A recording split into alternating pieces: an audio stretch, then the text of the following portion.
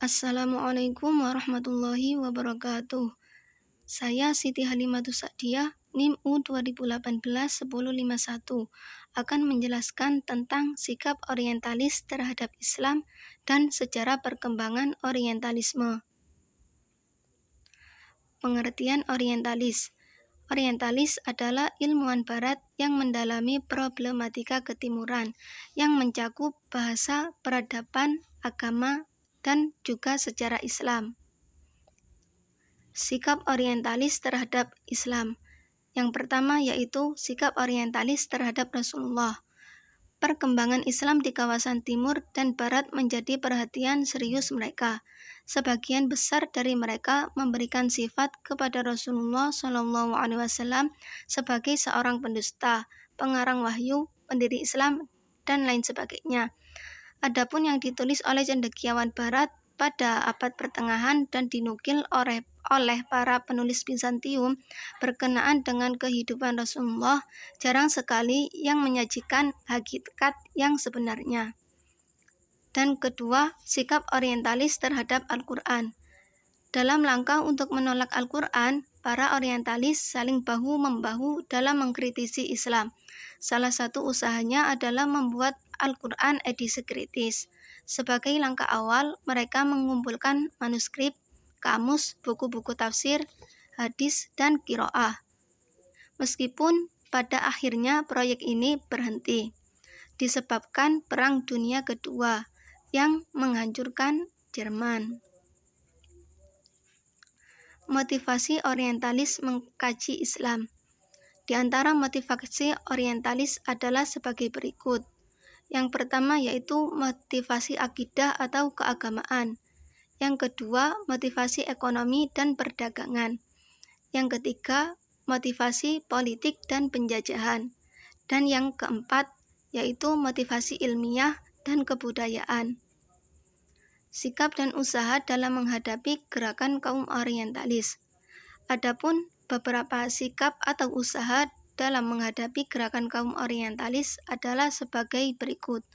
A. Membuat mausu'ah sebagai jawaban terhadap orientalis. B. Membuat lembaga ilmiah Islamiyah internasional.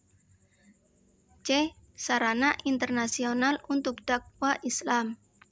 D. Berdialog dengan orientalis yang jujur.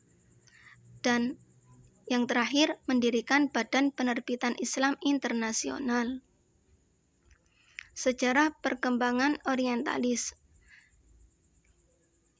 Yang pertama yaitu masa sebelum meletusnya Perang Salib atau masa keemasan dunia Islam. Yang kedua, masa Perang Salib sampai masa pencerahan di Eropa.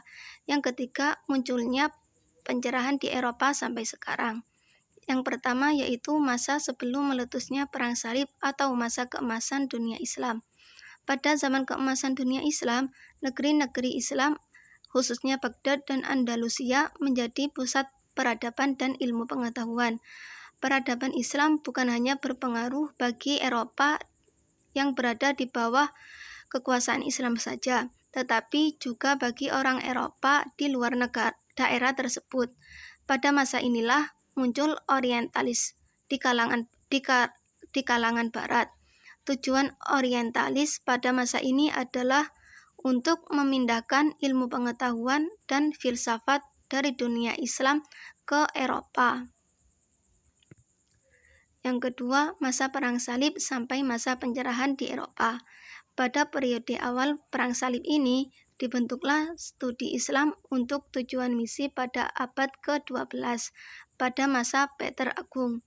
Peter sebagai kepala biara Cluny memerintahkan para sarjana dan penerjemah untuk menerjemahkan teks-teks Arab ke bahasa Latin.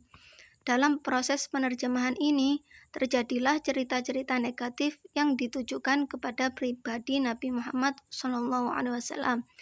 Cerita-cerita ini pada dasarnya akibat dari kekalahan Kristen dalam Perang Salib.